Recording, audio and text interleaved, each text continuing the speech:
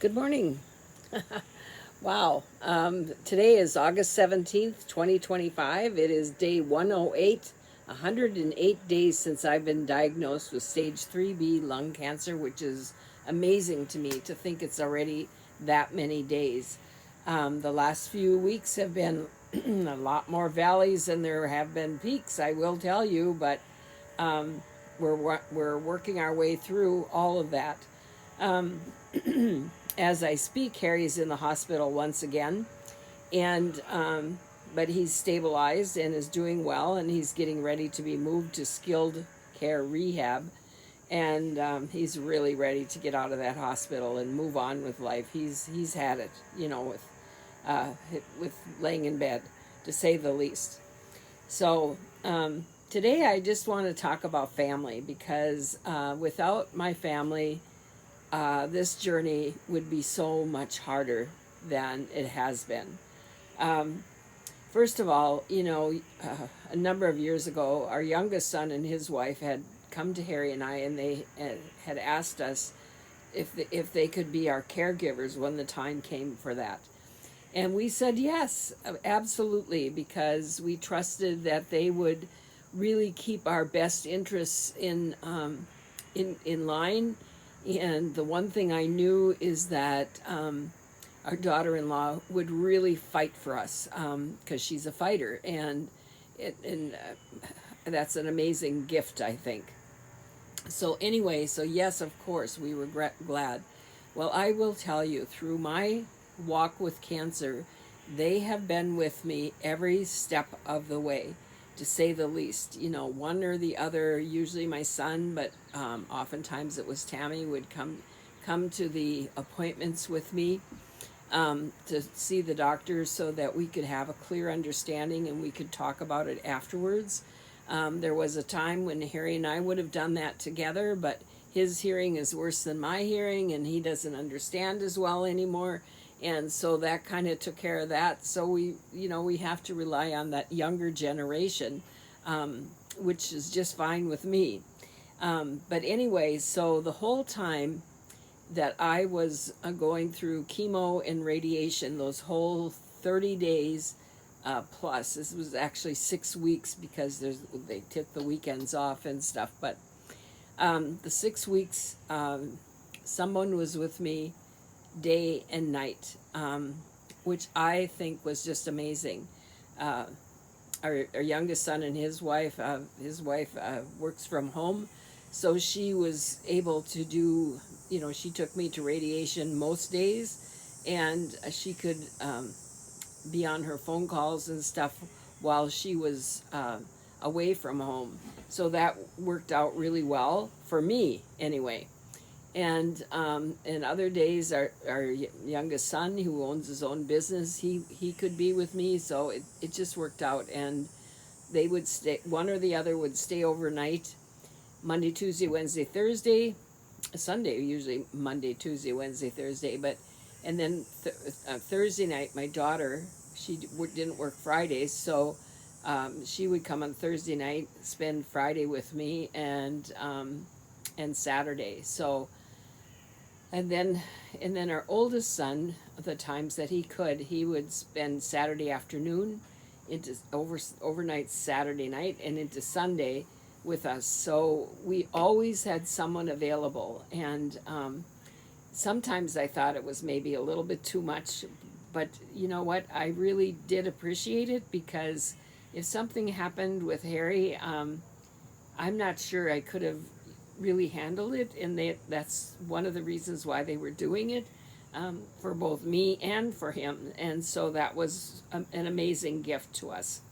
And then the other thing that has taken place is just, when Harry was diagnosed with congestive heart failure, our grandchildren have really stepped up to the plate, and he's had so much visitation while he's been in the hospital, and then he'd get out of the hospital, and then he went back for the stroke, but someone has been with him almost every day, pretty much all day, which is amazing to me. And it's been a while. You know, he was in the hospital a week, and then he was in rehab a week, and then he's back in the hospital again. So it's been kind of crazy. But not only that, but the grandchildren, you know, you know what, they've brought me dinner. I feel really blessed. They come and visit me. They visit Harry. They, I don't know what else to say. It's amazing to me, and I don't know. It's just amazing. But there's a couple of things I want to talk about, but I realized I forgot to bring them, so I'm going to have to stop this and restart it. Okay, so here we go. So needless to say, without family, couldn't have done it. Wouldn't have happened. It would have been pretty awful, actually, if you want to know the truth. But with family, it has made all the difference in the world. So when Harry was in the hospital, I think the first time, I'm not sure. It doesn't matter when it was. Anyway, he was in there, and he was having some difficulty with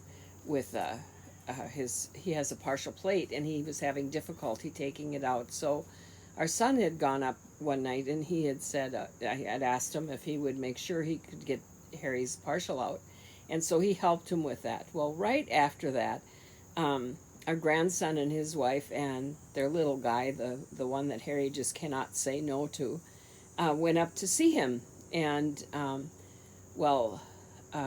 this little guy, he had never seen Grampy without his teeth in. So he just thought Grampy looked terrible, just terrible. He was just, whatever. You know, he had played with the bed, put his head up, his head down, called the nurse. He did all of that stuff.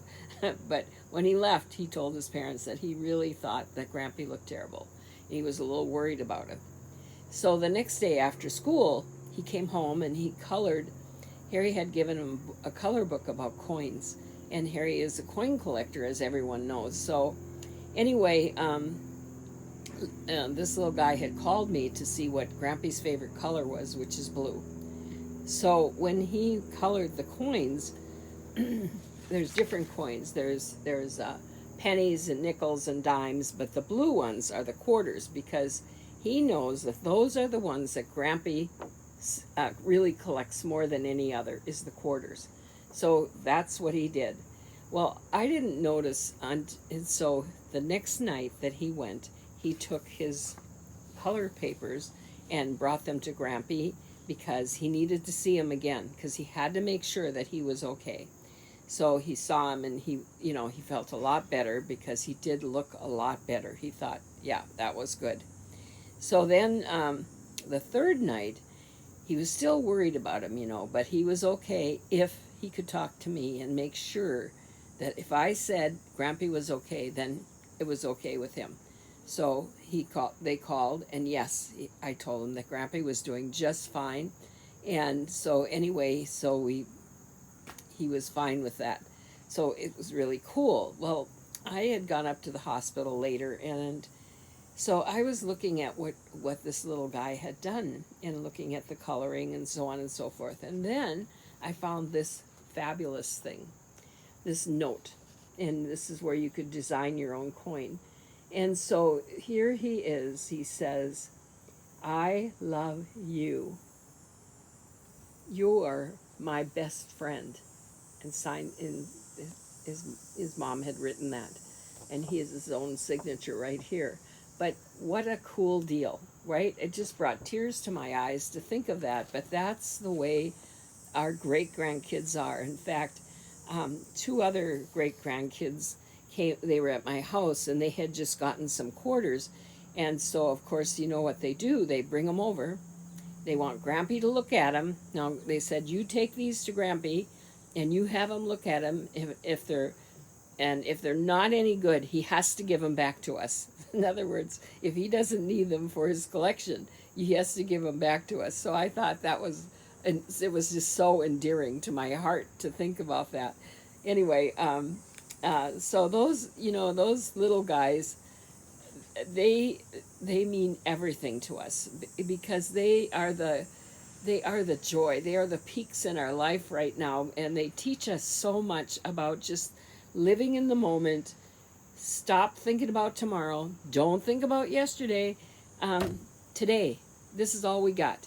And so if we can do that, if we can just live in the moment, how wonderful that is. And it really makes my life a lot easier, and I don't get caught up in the negative. And it's so easy to do, to slide down into that pit.